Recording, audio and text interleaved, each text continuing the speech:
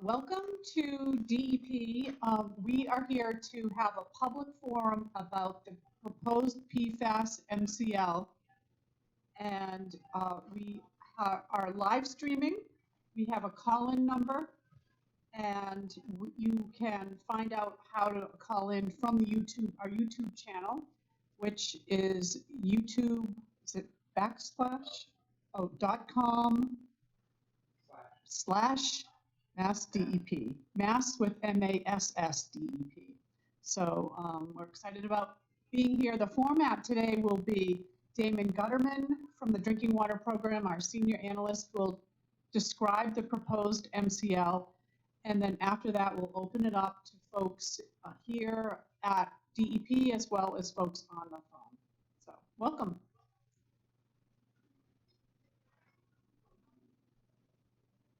So I know some of you probably saw this presentation when I did public hearings or other meetings, but I'll try to go through it at a little bit faster pace today so we can get to any kind of comments. And if you are watching the live stream, you can send us questions or comments in the live chat box, and we'll try to respond to that. We'll check in with the people monitoring the live stream as well.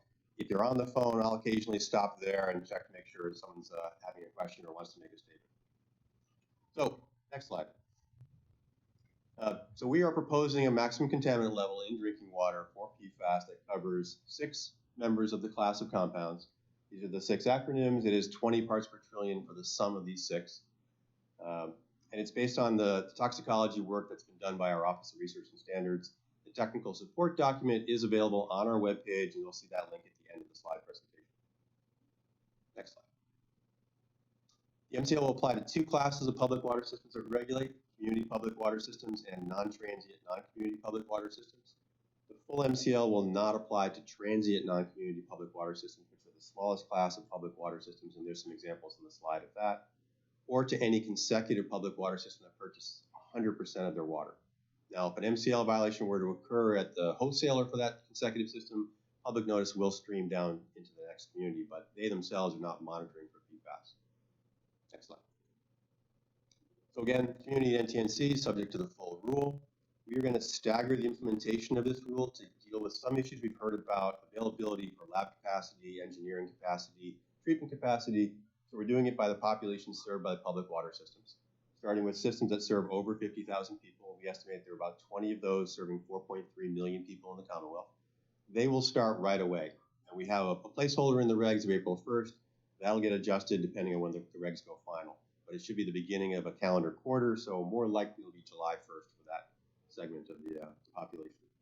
The next group down will start roughly 6 months later. They serve between 10,000 and 50,000, and the final segment we picked up in 2021, serving all the small public water systems. In addition, the transient non-communities will be required to take 1 sample at their entry point. And this helps us get a better idea about PFAS contamination across the whole state, because there are a number of communities where TNCs may be the only public water system in that town. Next slide. So the requirements are loosely based on other Safe Drinking Water Act rules. You'll see that initial year of quarterly monitoring is pretty common among the organic contaminant monitoring programs. And if your public water system has already been doing PFAS testing, we will allow for a substitution on a 1-to-1 quarterly basis, provided that the samples are equivalent to the requirements of today. In addition, if you go 2 of those quarters without detecting anything, we are allowing an option to waive the 3rd and 4th quarter to just save a little bit on the monitoring costs. After that point, if you go through initial monitoring and not detecting anything, you would drop into routine monitoring, which is 1 sample in every 3 years if you're a small public water system, or 2 samples in 1 year of every 3 if you're a larger public water system. If, however, you detect PFAS, we have different categories you're going to drop into for increased monitoring. And that could be anything from monthly, quarterly, or annually, depending on what species you're seeing and how much you're finding of it. And then finally, if you get to routine monitoring, we are offering monitoring waivers in the next 3-year cycle, and that would further reduce monitoring to once every 9 years. Next slide. So the analytical requirements will include the 2 existing methods that came out when we published our draft regulations, EPA method 537 and 537.1. And of course, a few weeks after we published, EPA finalized their review of EPA method 533. And so, in fact, there's another method out there that we're looking for public comment on, whether or not it should be appropriate to use or whether or not there's any comments about its applicability. We are requiring laboratories to do a sensitive measurement down to 2 parts per trillion for the 6 PFAS that are in the MCL proposal. And then the rest of the PFAS in the method must also be tested so that we get a little better scope of what's out there in the environment. Finally, we have an electronic reporting portal in DEP called eDEP, and once we build out that system, we will require that laboratories report their monitoring results to us so that we can handle things in a more efficient manner. Next slide. So when does the public find out about PFAS detections? So we introduced, first of all, a proposed consumer notification. And this is important for sensitive subpopulations to get the notice as early as possible that the water is above the MCL. Public water system would not yet be in violation, but they would need to notify their community that they have water over 20 parts per trillion while they continue to take increased monitoring. Second of all, the department has an electronic public-facing portal. This is the URL, but if you Google EEA data portal, you'll find it as well. And all of our PFAS results will eventually flow out to there for public review. Finally, if you're a community public water system, they currently do publish an annual report called a Consumer Conference Report. And as a regulated compound, PFAS would now be included in that annual report as well. MCL violations will be calculated on a 3-month average. So if you're looking at a system that has detection of PFAS over the MCL, they would be shifted to monitoring every month. We would average 3 months. If, however, the initial sample is high enough that it doesn't matter what the next months are, that they're immediately in violation. And that's pretty standard in the Safe Drinking Water Act. Basically means you take action as soon as you know, without a doubt, that you've got an MCL violation. If the sample results are between the minimum reporting level and 1/3 of the minimum reporting level, the laboratory can definitively say PFAS is present, but they can't quantify it. And so what we're introducing here is that by default, we would count that as half the MRL. So rather than have the laboratory estimate a quantification and give us a J value after it, we're proposing that we use a standard default value for those kinds of tests. Finally, if you do have an MCL violation, a Tier 2 public notice is being required. This is a standard protocol in the Safe Drinking Water Act. Tier 2 is a 30-day notice. This is the final slide so we can get to public comments and questions. The full URL is available on the top link. Don't try to write it all down. If you just Google our part of the regulations, which is 310 CMR 22, you will land on this page. And so you'll see the proposal, you'll see the technical support document. This presentation is posted there as well as some other information that will help you understand the proposal. To send in public comments, because this does close at the end of next week, 5 p.m. at Friday the 28th, you can either email them to our generic address, program.director-dwp@mass.gov, or you can mail it to us at our address here at 1 Winter Street in Boston. And that's basically it. I know we wanted to offer this opportunity for people to tell us what they would like to think about the regulation. Like we said, this isn't a formal public hearing, but we're welcome to hear whatever you say. And if you have comments, you can just give them to me in writing today, and those will be part of the public hearing record. So, does anyone want to speak?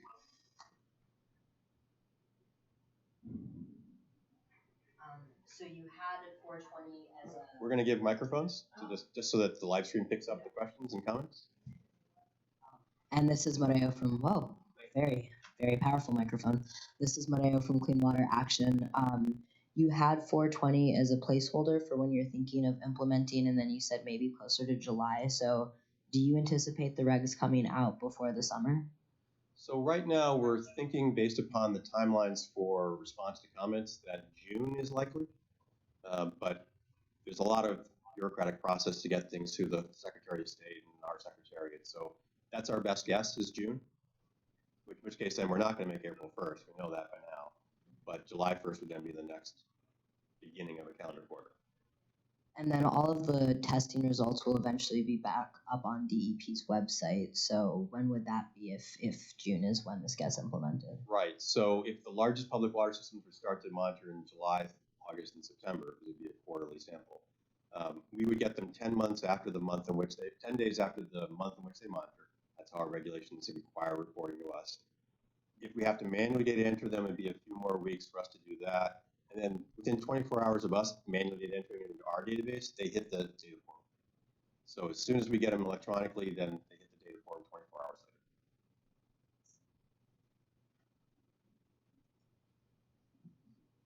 Anything else?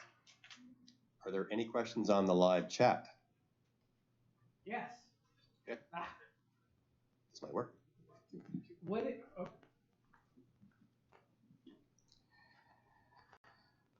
What if, that is strong.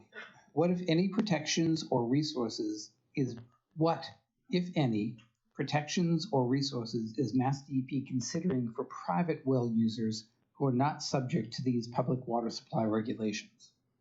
So in general, we have no regulatory authority over private wells. In Massachusetts, that authority trickles down to the local boards of health. So it'd be up to local boards of health to decide if they're going to put in place private well regulations or similar local bylaws that would then affect public homeowners or private homeowners. However, MassDEP does do a lot of work in the private well community, especially when it comes to identify contamination.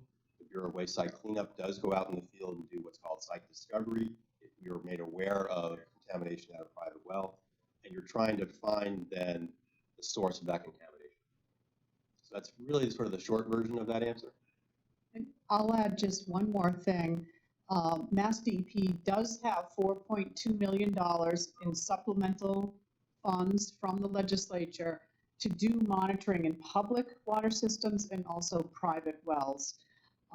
Unfortunately, that is not enough to do every private well, but we will be working with communities, especially those that don't have public water systems. So we'll be looking to identify areas, targeting areas where we think there is likely PFAS contamination, and also other areas that would give us a broad picture of what that town looks like. So while we may not be able to hit every house, we are going to try to characterize those communities that are not served by public water. Yes. Yeah.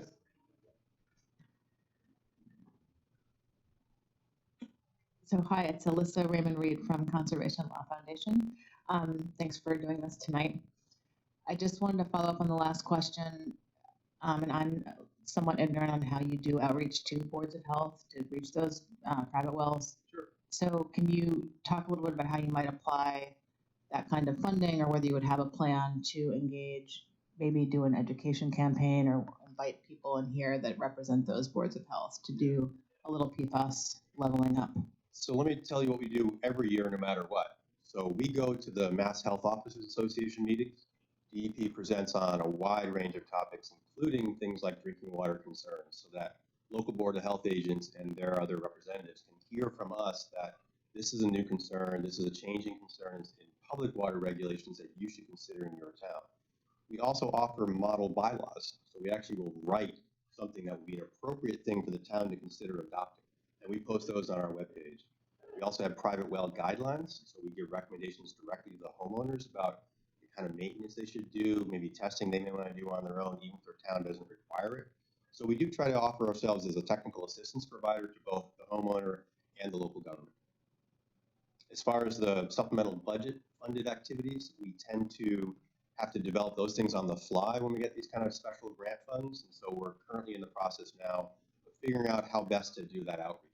But our initial contact will probably be with the local board of health. Sit down with them and say, look, we'd like to do this kind of activity in your town. Here's a map of what we think exists in your town for private wells and the threats that those wells may face based upon PFAS contamination. Do you think you want to work with us to try to solicit volunteer homeowners? Because that's what this process will include in some of these areas we're concerned about, to get testing done that might reflect environmental conditions in their community. So that's our plan right now, and that's probably how it's going to evolve. Sure. Okay. Yeah, live chat. Another question from live chat. Given that the monitoring method includes PFAS species that are not currently regulated, do you anticipate updating the regulations to include more chemicals in the future? Right, so the process we would go through is sort of similar to how EPA does unregulated contaminant monitoring. What they do is they put out their requirement to look for something that may or may not be known to exist. So we have to collect information on, is this even a concern in the environment? Once we get that, then the toxicology also has to exist. So if we have science that points us towards, and these levels of these unregulated contaminants are a concern at this concentration, we would then consider additional regulations at that point.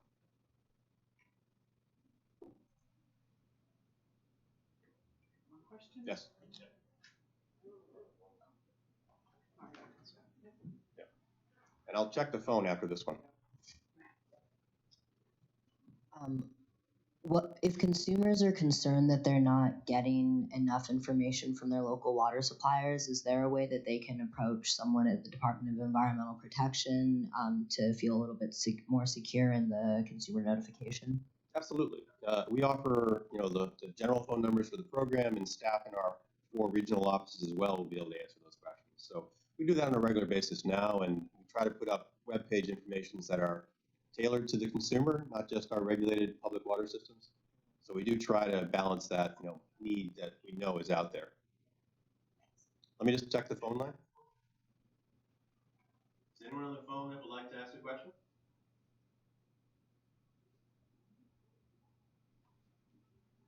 Okay. Back to the room. Anybody else?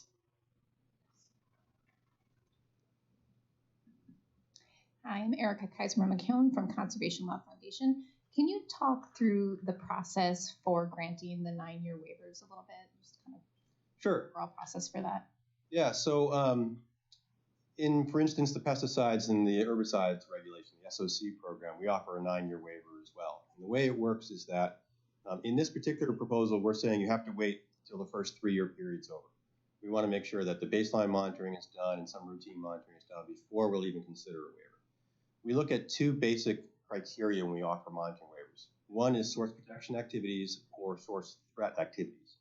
So we try to get assessed the source protection areas around the wells or at the reservoir to determine are there activities that we would consider to be incompatible with reduced monitoring. So for PFAS, we're going to look for the kind of things that we're thinking about here, which is firefighting academies and firehouses themselves, maybe landfills, maybe some of the other manufacturers that use PFAS. If that was in the source protection area, we would deny a waiver. In addition, we go to, are there any proactive steps the public water system has taken to ensure that that protection area remains protected? And there we're looking for local bylaws or similar regulations that prohibit the land uses that are currently of concern from coming into that source protection area after the fact. And then we look at historical monitoring data, which is why we're waiting 3 years at this case, because most people don't have historical monitoring data yet. So we want to see clean data for 3 years at least before we consider it. And so those are the 2 basic factors we look at when we look at monitoring waivers. A live chat question. We have a live chat question, and this is about PFAS in artificial turf fields. The question is, do PFAS leach into abutting wetlands as a turf field degenerates? So I would call that an emerging question. We don't have a firm answer on that yet. I know that we've heard about concerns about artificial fields and whether or not they were manufactured with PFAS materials, and I would say it's a topic of study at the moment.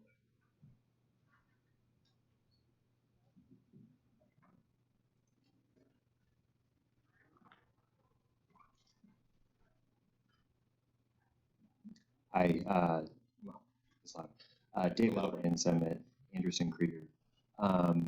You mentioned a moment ago some work around fire stations, firehouses. I think I recall correctly, there was a program DEP had maybe last year involving take back of PFAS containing foams. It was wildly successful, actually. Interesting. We worked in cooperation with the Division of Fire Services, which is sort of the state agency that looks towards regulations towards firefighting academies and firehouses. And the Bureau of Wayside Cleanup actually funded a collection program of what's known as aqueous film forming foam that was older than a certain age where we thought PFAS was more likely to be present. And we collected 200,000 pounds of AFFF concentrate and then had it incinerated to destroy it. Paul? Many, I want to say over 90. There were some very large sources amongst it, varied from 5-gallon buckets to emptying large systems. And are there any other plans for sort of proactive take-back programs like that? Where we know we can do something like that, I think, that would be something we'd look into. I think we've extended the money that we had available at this point, but that's an ongoing. It is really an ongoing program. If we find So, and you can see a summary of that program on our department website. They do talk about the numbers and how much money we spent, and I think they talk about how many communities we actually engaged with. Thanks. My name is Lynn McGregor. I'm here just as a resident. Sure. So first of all, I'd like to thank you for making a rule that's stricter than current EPA standard and probably more appropriate. And I'm also a resident of a city that actually has water that will just barely meet the new rule if it's put in place as is, which is Cambridge. And so one question I have is, is there any plan to try to qualify filter systems that can be used by individual residents to try to further improve water below the standard? Because currently, I think, as makes sense, their filters are only tested to meet the EPA standard. Yeah, so that's a big challenge, is that to get the national or international manufacturers to pay attention, you kind of need enough demand at a certain level of cleanup. And so right now, the only standard, sorry, feedback here. The only standard that we're aware of is the NSF program to look at the 70 parts per trillion for PFOA and PFAS. That's not to say they won't be effective for other long chain PFAS contaminants or at lower levels. What we're suggesting is you start with something like that, and then you integrate into that program testing, so that if at your home you can test before a point of use filter, we call them, and afterwards to demonstrate the performance of that particular model in your home with your water criteria. That's where you'll know whether or not they can go lower. But NSF isn't there yet, and they may not be until you get more states like the New England states so far that are all landing around the same levels. But I think you'll see the demand. I mean, even among New England, we're looking at 5 or 6 states that will all be roughly in the same ballpark. Especially since it's a combined limit and then the individual contaminants are like 5. Yeah, so just anecdotally, I know the state of New Hampshire installed those kind of devices around the Merrimack contamination there in the homes across the river. And what they did is they tested every single one they installed. And that's really the best way to make sure that it's performing to the standards that you want it to perform. And you have to go back because sometimes the installation wasn't accurate, or the homeowner's not changing the filter or installing it properly, so there's education components. But it's a challenging practice to use point of use to comply with a number. But as a polishing figure, it might be a good way to get some more benefit out of that. Thank you. Sure. Yeah, I can add a couple things to that. First, when we put in treatment systems on private wells as part of the wayside cleanup program, we do tend to use point of entry treatment systems, which are bigger, treats the entire house. And we have sampling data going back a couple of years now on a number of systems that we will be putting on the website at some time soon. It's not a recommendation for these particular filters, but it is a demonstration that, in fact, that kind of filter does work at these lower levels. We're also trying to find time and resources to do a smaller sampling, installing point of use treatment systems in some homes and doing similar sort of monitoring. And when we do that, we'll put that up as well. So I have questions too. Jack, question. So this one question is, in other words, what should municipalities do if they find PFAS in their water? I apologize if I missed this. So under the regulation, if a municipality, which is a public water system, finds PFAS in their water, MassDEP will be engaged with an evaluation of what the levels are, what the species are, and then what an appropriate corrective action would be. So that's how we would implement an MCL regulation. Do they mean like proactively? Is that part of the? Thanks. The question was, What should it do be? they mean what should a municipality do proactively? So say this rule comes out. Yep. I'm just responding to the Yeah, last question that was asked from the Live chat. live chat. I'm just curious whether the question asker meant reactively, if there's a detect in your municipality, what happens next versus what can you do if you're a municipality that's interested in working on this proactively, given that the rule might come out and it becomes on everybody's radar, and then you start. Yeah, so we do have municipalities that have already started proactive actions. The department has been doing targeted sampling for the last year or so, but we've also encouraged voluntary monitoring at public water systems that want to see where they are now so they get some sense of what they might have to do going forward. And for a lot of them, basically the answer is the same. Can you turn a source off? Can you consider lending it differently? Can you install treatment if in fact that's within your budget right now, knowing you might have to do that under the regulation? So it gives them a little more planning time if they start doing monitoring now and getting a sense of whether or not they're in the clear, whether or not they're kind of on the fence, or whether or not they clearly are going to be over 20 parts per trillion in that particular source. So that's what we're talking to them through right now and working with probably 20 to 40 systems at this point based on both voluntary and targeted efforts.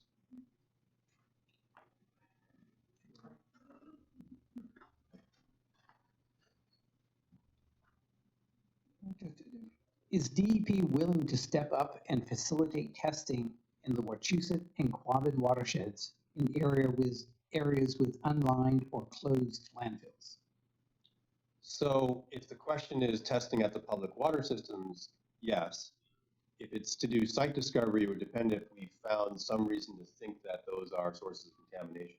We are considering landfills a potential source of contamination. So as we go out to do this statewide monitoring funded under the supplemental budget, we will look at areas that are potentially down gradient of a landfill. Next question is a follow-up on the artificial turf. Yep. Where can the public follow up on the emerging issue of PFAS potentially in artificial turf fields? So what we're trying to do is, as the PFAS world expands, have one landing space on the MassDEP website that will then point you to the relevant part of DEP that's looking into those issues. As we expand into those realms, you hopefully can just land on the DEP's PFAS page and find something about potential sources. But that's a real early one at this point, and so I don't think we have a lot of information to share yet. And then one last follow-up on the municipality question. The response was, I meant what happens next. But I think that's also a valid question. Thank you. Yeah. What happens next?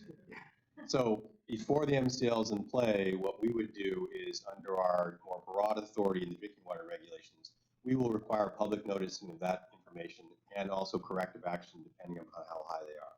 Once the MCL is in play, there's more regulatory responses they have to take, like public notice, consumer notice, increased monitoring, et cetera, depending on how much the proposal becomes final regulation. But ultimately, it'll probably be, reduce that level through some corrective action. Let me just check the phone. Is there anyone on the phone that would like to ask a question?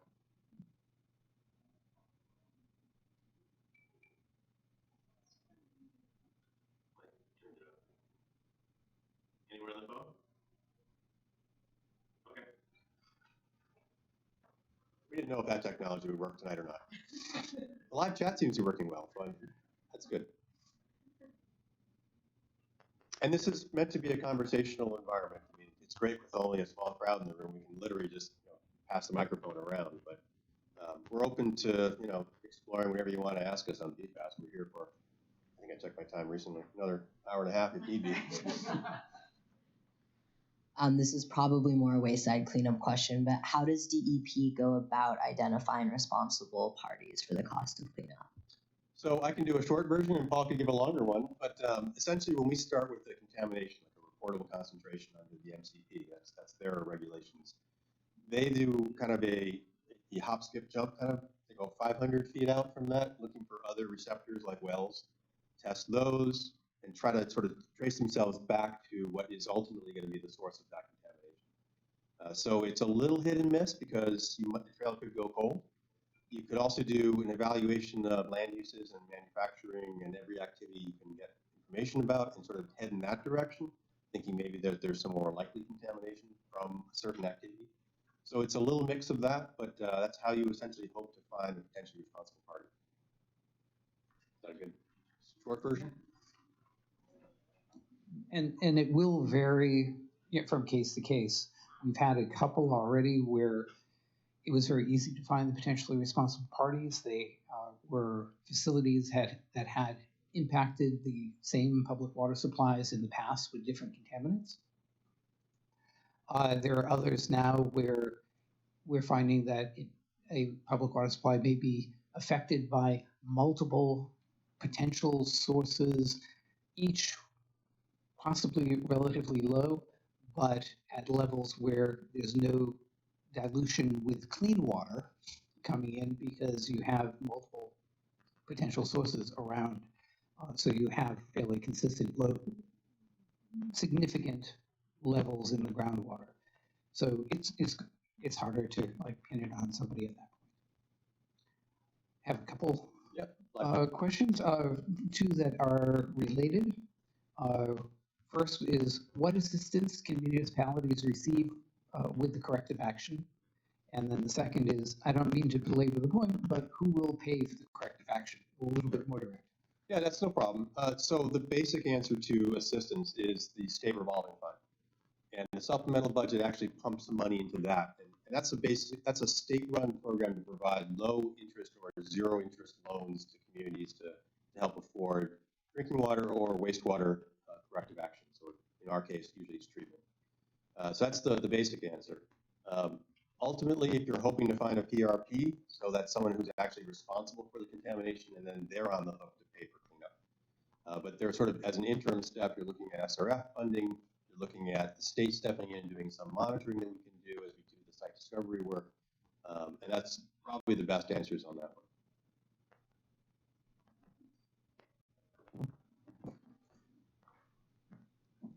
This is more a comment to that I maybe is, underlying that line of questions on the municipality sort of proactive and then responsive steps.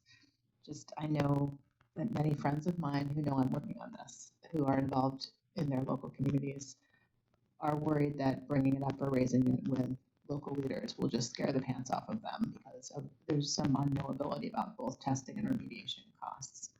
And I think that's still true, no matter what we do to clarify and codify some of this, whether through regs or otherwise. And so I'm just curious if you're seeing, if there's some way that you can provide some guidance, maybe from what you're seeing is happening in other states, but I know that this is a little bit new and states are doing things, in parallel, but not exactly the same, for how, to sort of best engage municipalities in a way that's proactively trying to be as, friendly as possible. I'm just curious if you have some strategy for that. And I know that you're maybe not the right group to ask, but I think that's part of what's underlying that question. So you want to take a stab at the beginning of that? Sure, I'll take a stab at that. So we do have some experience with this because we've been doing targeted monitoring since August, which means we've been looking for suspected sources of PFAS and then monitoring in that public water systems in the area. And what we found is it's really important not just to be working with the public water supplier, but also local leadership and the legislature. So our regional directors, we have 4 regional offices at DEP, and they take the lead on interactions with the municipalities once we get the program going. They've been communicating with the local leadership on the issues so that they aren't blindsided by the need, the high price tag of they still may be surprised, but they know that it is something that could come out of the sampling.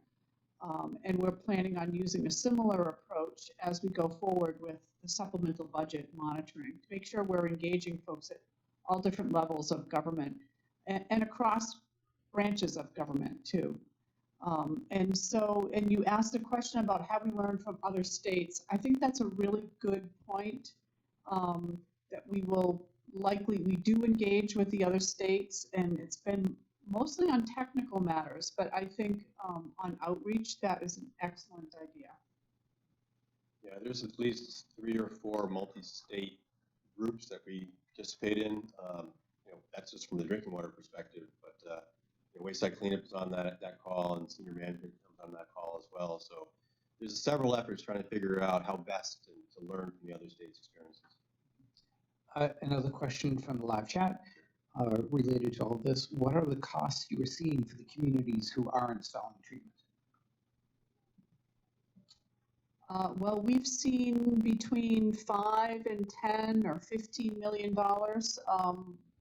One community has asked for $33 million to reimburse for costs. We're not sure if all of those are related to PFAS or if those are also including other water treatment needs that the town has. But it definitely is in the several million dollar or tens of millions. And it's not uncommon when you're looking at your drinking water existing treatment to say, okay, so I have to deal with a new contaminant. What else was on my back burner that I should do at the same time? There's efficiency to scale here. You know, when they're looking at dealing with something, maybe they're going to bring in some wells that have been offline for a while, and then this effort allows them to rehabilitate them, bring it into a combined plant, and then put it out there as additional volume for the community. And I should point out that treatment isn't the only alternative. Some communities have more than treatment as an alternative. For example, they can turn off a well, and that comes at no monetary cost, although they lose some flexibility in their system operations. They could also get water from a neighboring community. They may choose to provide bottled water while they're deciding what to do. So they have several options. They may blend, so takes up less of that contaminated water and really dilute it with cleaner water to bring the numbers way down. We'd be working with the community on any of those alternatives.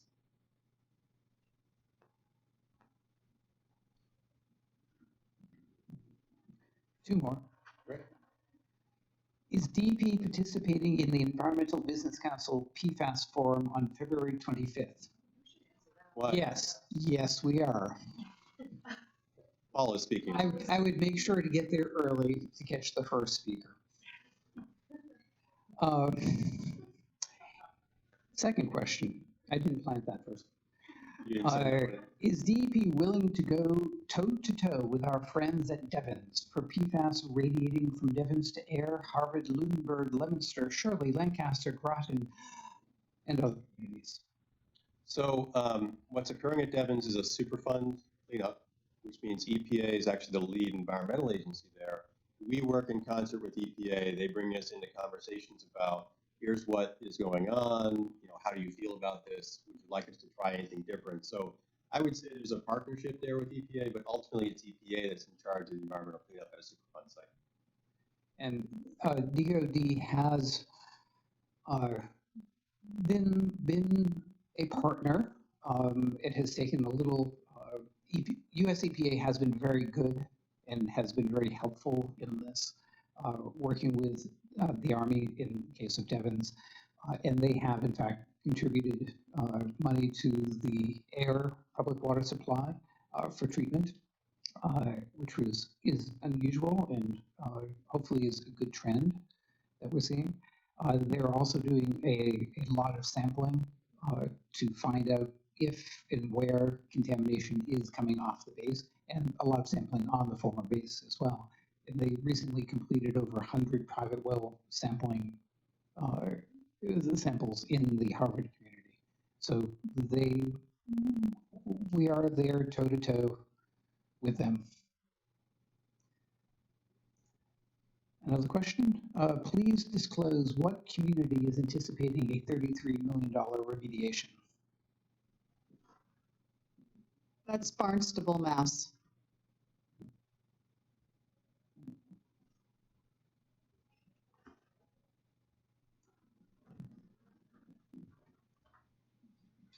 You mentioned bottled water before.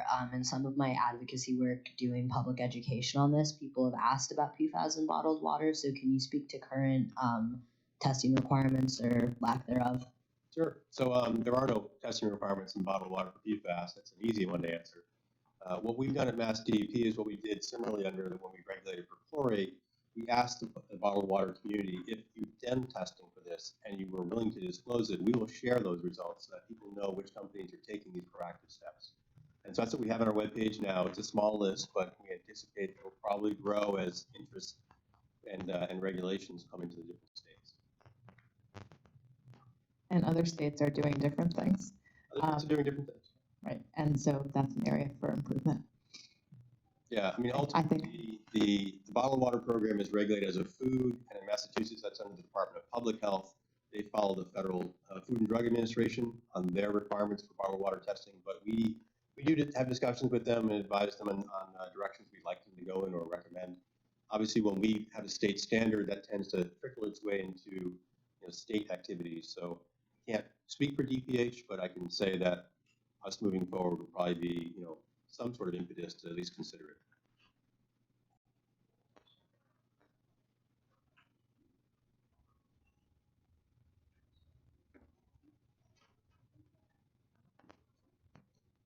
We exhausted the live chat. There was a thank you. Oh, you're welcome. It's a public record.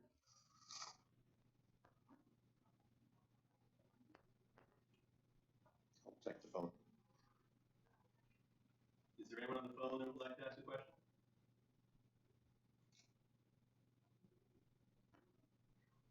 Okay.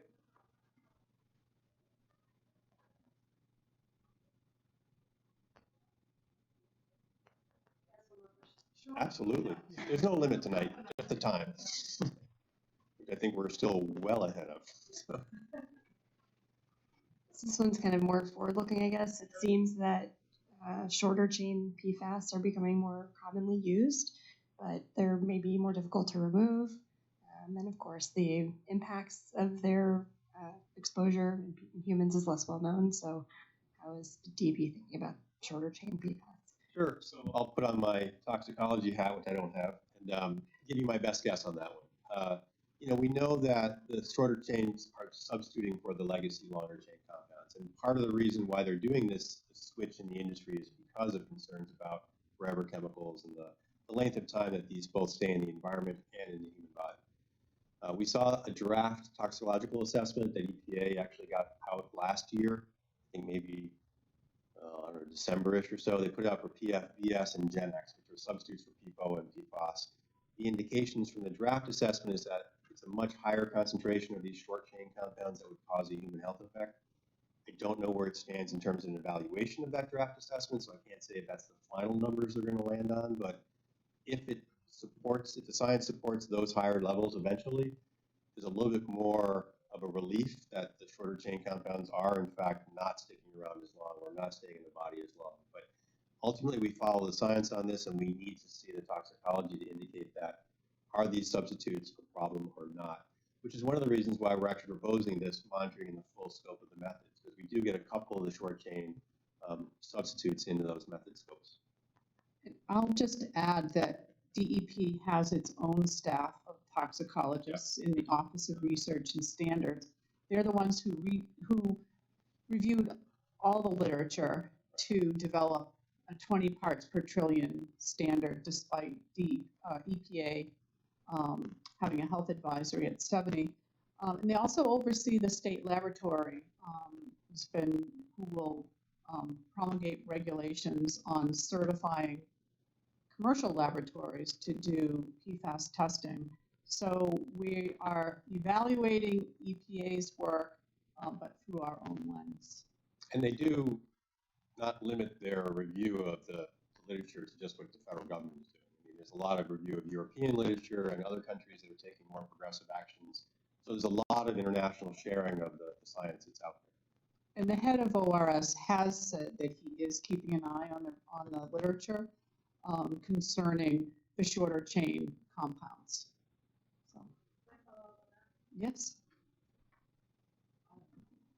So to the point of, I've been watching Europe in particular, but some other places that have taken more progressive, or I should say more conservative protections. Is that happening in the US? Are you seeing there being distinguishing among any in rulemaking on, or legislative action on Not that I've seen short yet. versus long? I think, the drinking water program in North Carolina had to deal with GenX, and so you'll see that kind of thing working independently.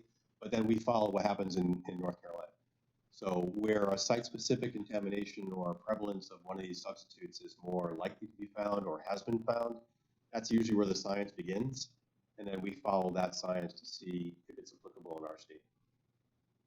Is anyone doing like this cumulative kind of, is that the trend now, like the sort of cutting edge version? I know that we feel very confident in the read across or the cumulative effect kind of idea. Other states are not always taking that path. New Hampshire did not, although they kept the PFO and PFAS combination. They did the other two independently. I know New Jersey did it independently. New York is only doing independently, or at least they're discussing independent. But Connecticut, Rhode Island, Vermont, they're all kind of on the same page. And our toxicology program coordinates with the other toxicologists in those states to say, and they debate, is this an appropriate approach? Is a different approach better? What do you think about this kind of science? And so it's an active and lively conversation, I would say, among state toxicology and academic toxicologists. A couple questions over here. You mentioned educational materials on a MassDEP PFAS website. Will you include information on how residents can avoid PFAS exposure from other sources besides drinking water? Where we are aware that other sources are a concern, we have tried to point towards them, but I think we've heard that people would like more of that specific kind of information. And again, if we can get that information in a way that we are confident it's accurate, then yeah, we would do that kind of stuff. Then, how much does it cost for a homeowner to test their water if they have a private well, or if they want to test the effectiveness of home filters they may install? Sure, the labs are quoting about $300 a sample. So if you're taking two samples, both before the filter and after the filter, and that's just one round of sampling, $600 would be what a typical lab is going to charge you.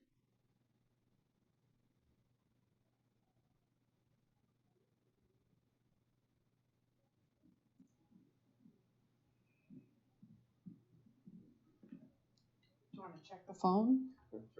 It's a good stall technique anyways. Is anyone on the phone that would like to ask a question?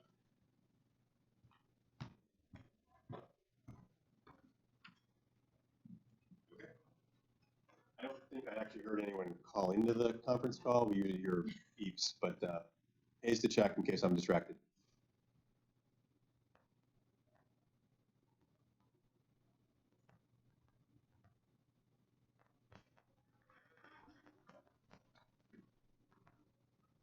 I think we talked about this at the last meeting, but I thought it was worth hearing you guys mention again what outreach is being done to for physicians to be able to educate residents who might be concerned about PFAS in their blood and related health effects that they think might be related to exposure. Right, so the outreach to the medical community is done through the Department of Public Health. And so we work closely with their staff to talk about what are they planning to do. And we do meet with them on a regular basis, DEP, DPH, on interagency meetings. I think they're held every month. And PFAS has been on it for several years now. And so activities that are sort of in coordination on the same page, like they review our proposals for the MCL, they reviewed our proposals for the MCP. And so they would then be in charge of deciding what would be an appropriate outreach and what's their normal outreach mechanisms to the medical community. But in fact, they do that on a regular basis. Yeah, I think in some cases, I think it has. You want to, probably reach out to the OBGYN community. We're looking at the sensitive subpopulation being pregnant women, nursing women, and their infants. So I think that's actually probably, they have fact sheets out there that I believe they may have distributed already. But again, I don't want to misquote something they may or may not have done. Does DPH ever do stuff like this? The public meetings They where do. So actually, they tend to go to most of the night meetings where we're asked to attend because they typically, when a community has a concern about an exposure, they want to hear the regulatory side from us, like what are you making the public water system do? But they also, and they overwhelmingly usually want to hear, and what's my concern as an exposed individual? And so they tend to come with us to these meetings and be a major speaker at those night meetings.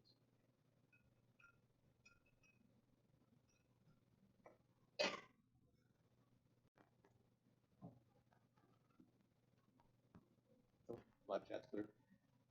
Clear.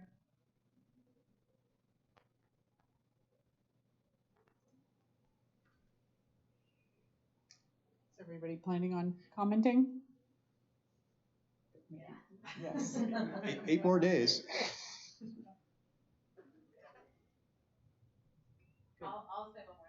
Sure. So it's Alyssa again from Conservation Law Foundation. So for those of you that are on the live chat or here, I would just encourage you to submit comments. We think it's really important that the public be heard, and we really, again, appreciate that you held this meeting. Conservation Law Foundation partnered with Toxics Action Center and Clean Water Action to petition DEP to take this kind of action. And now it's important to follow up with your important questions that were raised today and put them on the record. So I just would encourage people to do that. Seconded in Clean Water Action and TAC and CLF. We've been particularly interested in gathering public comment from scientists and independent academic researchers. So if you know someone who didn't comment last time but think they might be interested in commenting this time, do that. And CLF is offered to help prepare comments. So. And I think it's important to add to that we've stated this a few times, but just put it on this recording as well. Should comments come in that suggest a change in the MCL, lower, maybe higher, that same conversation would then inform the MCP regulations, so we will try to harmonize them in a subsequent MCP change. So ultimately, we're trying to stay on the same page across the media programs that DEP runs. One last question. Okay. Another live chat. Who in the Central Massachusetts office is our liaison at DEP? So the regional director is Mary Jude Pigsley. I would suggest starting with her, and if she needs to pass it off to staff, then she'll do so. But that would be your first point of contact.